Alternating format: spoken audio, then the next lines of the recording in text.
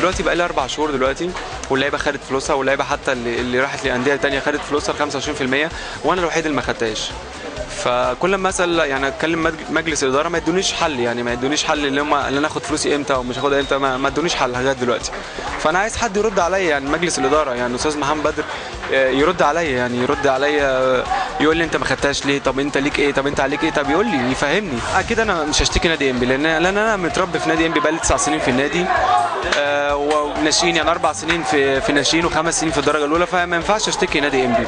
فانا مش هشتكي النادي اصلا، ان ده النادي بتاعي وما اقدر، يعني ما ينفعش. احنا حاله خاصه، احنا مشاركين في البطوله العربيه، دي الحاجه الوحيده، الامل الوحيد اللي احنا نرجع، اللي احنا نشتغل هقول بشكل هقول رسمي. البطوله العربيه هيبقى اول مباراه لينا، مباراه مع الخرطوم السوداني، هيبقى يوم 20، ولعبنا مباريات كتير وبنستعد، هقول استعداد الحمد لله جدي، والنهارده كانت اخر برضو هقول في مباراه قبل الاخيره، قبل مباراه الانتاج الحربي اللي احنا كاب صبري هناخدها على ملعب الانتاج الحربي، بما ان اللي احنا هنشارك على ملعب نجيل صناعي، فبالتالي كاب صبري حابب اللعيبه تاخد مباراه على النجيل الصناعي. لعبنا ماتشات وديه كتيره جدا، والحمد لله يعني كل الماتشات بنأدي فيها بشكل كويس. في اول ما بدأنا خالص كانت الامور لسه مش متظبطه، كنا 8 لعيبه قدام ولعيبه كتيره جديده. الحمد لله دلوقتي كل اللعيبه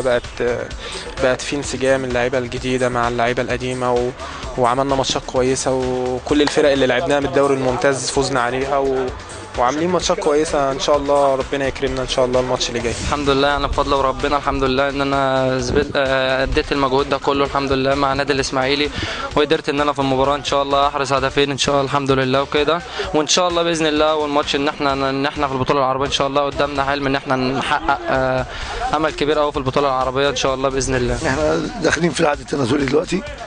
النهارده امبارح كان عندنا ماتش مع ابو سوير، والنهارده كان عندنا ماتش مع طنطا، وان شاء الله بكره اجازه، وهنبتدي هنعمل 5 ايام فيهم ماتشين برضو في الاخر، يعني اليوم الرابع والخامس هنختم بماتش مع الانتاج الحربي عشان نلعب في ملعبهم، لان النجيل هناك نجيل صناعي زي مشابه لملعب الانتاج. احنا عندنا رغبه، واللعيبه عندها رغبه ان هي تتعاقد مع النادي، وهيجدد لهم ان شاء الله. بس يعني ان شاء الله بقى احنا عندنا فلوس بتاع اللعيبه القديمه 7 8 كده، 25% لسه ما خدوهاش، الباقي كله خد ان شاء الله تدفع، وبعدين نتكلم في الجديد يعني.